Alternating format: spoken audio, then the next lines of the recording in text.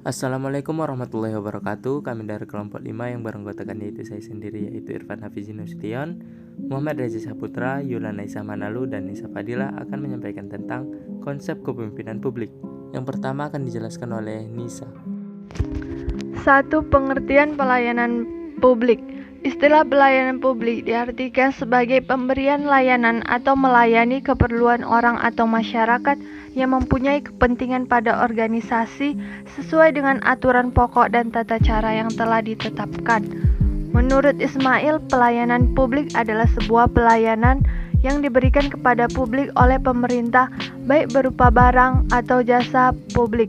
Adapun berdasarkan keputusan Menpa nomor 63 tahun 2003, pelayanan publik diartikan sebagai kegiatan pelayanan yang dilaksanakan oleh penyelenggara pelayanan publik sebagai upaya pemenuhan kebutuhan penerima pelayanan maupun pelaksanaan ketentuan peraturan perundang-undangan. Adapun ruang lingkup pelayanan publik dapat diklasifikasikan ke dalam 3 kelompok, yaitu 1. Kelompok pelayanan administratif, yaitu pelayanan yang menghasilkan berbagai bentuk dokumen resmi yang dibutuhkan oleh publik, misalnya status kewarganegaraan, sertifikat kompetensi, kepemilikan atau penguasaan terhadap suatu barang. Contohnya KTP, akta kelahiran, akta kematian, SIM, STNK, paspor, IMB. 2. Kelompok pelayanan barang, yaitu pelayanan yang menghasilkan berbagai bentuk atau jenis barang yang digunakan oleh publik, misalnya jaringan telepon, tenaga listrik, air bersih. 3. Pelayanan jasa, yaitu pelayanan yang menghasilkan berbagai jasa yang dibutuhkan oleh publik, misalnya pendidikan, pemeliharaan kesehatan, penyelenggaraan jasa transportasi.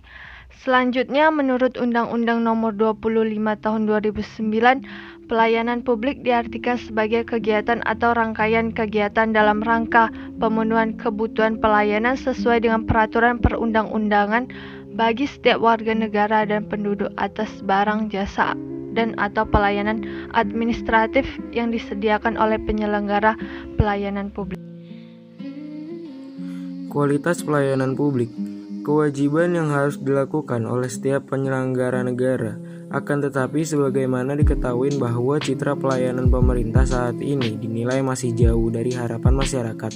Berbagai keluhan dan pengaduan terhadap penyelenggaraan pelayanan publik masih terus mewarnai dunia pelayanan publik. Bagi masyarakat yang memiliki uang dan dikategorikan mampu, lebih suka memanfaatkan biro jasa tertentu untuk membantu menyelesaikan urusan dengan suatu unit pelayanan publik. Kehadiran biro jasa tersebut bagi sebagian orang merupakan sumber lapangan pekerjaan. Namun bagi pemerintah sebagai penyedia pelayanan merupakan indikator gagalnya pemerintah di dalam memberikan pelayanan yang berkualitas. Goetz dan Davis 2002 mendefinisikan kualitas pelayanan sebagai suatu kondisi dinamis yang berhubungan dengan produk, jasa, manusia, proses dan lingkungan yang memenuhi atau melebihi harapan pelanggan. Account Commission mengidentifikasi 10 faktor yang menentukan kualitas pelayanan, yaitu yang pertama, akses, yaitu kemudahan dan kenyamanan memperoleh pelayanan. Yang kedua, komunikasi, yaitu menjaga konsumen selalu memperoleh informasi dalam bahasa yang dimengerti dan mendengar konsumen. Yang ketiga, kompetensi, yakni memiliki keterampilan dan pengetahuan terhadap jasa yang diberikan. 4. Rasa hormat, yaitu meliputi kesopanan, menghargai, pertimbangan, dan ramah dari semua tingkatan staf. Yang kelima, kredibilitas, yaitu mencakup kepercayaan, reputasi, dan citra. Yang keenam, keandalan memberikan pelayanan yang konsisten, akurat, dan dapat diandalkan, serta memberikan pelayanan sesuai yang dijanjikan. Yang ketujuh, daya tanggap, adalah memiliki kesediaan dan kesiapan untuk memberikan pelayanan ketika dibutuhkan. Yang kedelapan, keamanan, meliputi keamanan fisik, keuangan, dan kerahasiaan. 9. Bukti fisik, mencakup aspek fisik pelayanan seperti pelengkapan, fasilitas, staf dan penampilan. 10. Memahami konsumen, yaitu mengetahui kebutuhan personal konsumen dan mengenali pengulangan konsumen. Hootsuite 2011-66. Sedangkan menurut para suraman, Zeithaml dan Bern adalah service quality. Suatu pendekatan berdasarkan perbandingan dua faktor utama, yaitu persepsi konsumen atas layanan nyata yang mereka terima dan layanan sesungguhnya diharapkan atau diinginkan. Model ini memiliki 5 dimensi, yaitu tangibles, yaitu penampilan atau fasilitas fisik, perlengkapan, pegawai, dan alat-alat komunikasi. Kedua, yaitu kemampuan untuk melakukan pelayanan yang telah dijanjikan secara akurat. Ketiga, responsiveness, kesediaan untuk membantu konsumen dan menyediakan pelayanan dengan cepat. 4. Assurance, yaitu pengetahuan kesopan santunan para pegawai dan kemampuannya untuk menyampaikan kepercayaan dan kerahasiaan. 5. Empati, yaitu kepedulian dan perhatian individu yang diberikan oleh perusahaan kepada konsumen. Hootsuite 2011 nomor 67. Baiklah, selanjutnya saya akan menjelaskan tentang kepemimpinan dalam meningkatkan kualitas pelayanan publik. Mengapa pelayanan publik sangat penting dan menjadi barometer utama untuk mengukur keberhasilan seorang pemimpin di dalam menggerakkan dan mengarahkan semua potensi yang ada di dalam organisasi yang dipimpinnya. Pertama, pelayanan publik selama ini menjadi ranah di mana negara yang diwakili pemerintah berinteraksi dengan lembaga-lembaga non-pemerintah. Dalam ranah ini terjadi pergumulan yang sangat intensif antara pemerintah yang langsung diwakili oleh gaya atau perilaku kepemimpinan publik yang wajib memberikan layanan publik dengan warganya. Buruknya praktik penyelenggaraan pelayanan publik akan mempermudah warga dan masyarakat luas memberikan penilaian terhadap baik buruknya gaya atau perilaku pemimpinnya. Keberhasilan dalam mewujudkan pelayanan publik secara prima dan berkualitas jelas akan berdampak pada peningkatan dukungan dan kepercayaan masyarakat di dalam mensukseskan program kerja yang menjadi tujuan utama kepemimpinannya melalui pelayanan publik.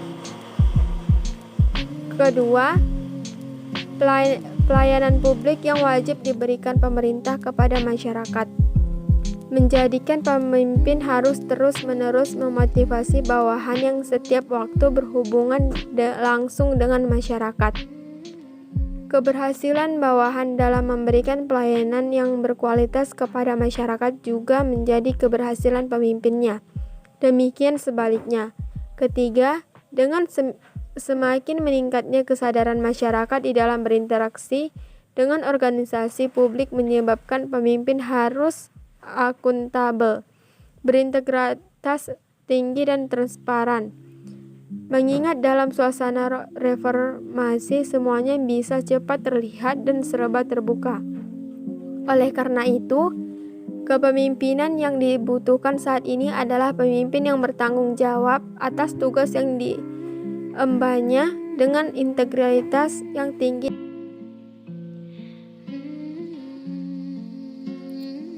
Kesimpulan, di era pemerintah daerah yang mengimplementasi telah lebih dari satu dasawarsa, ini ternyata pelayanan publik di mata masyarakat masih menjadi ukuran utama untuk melihat keberhasilan seseorang pemimpin dalam memimpin organisasi publik.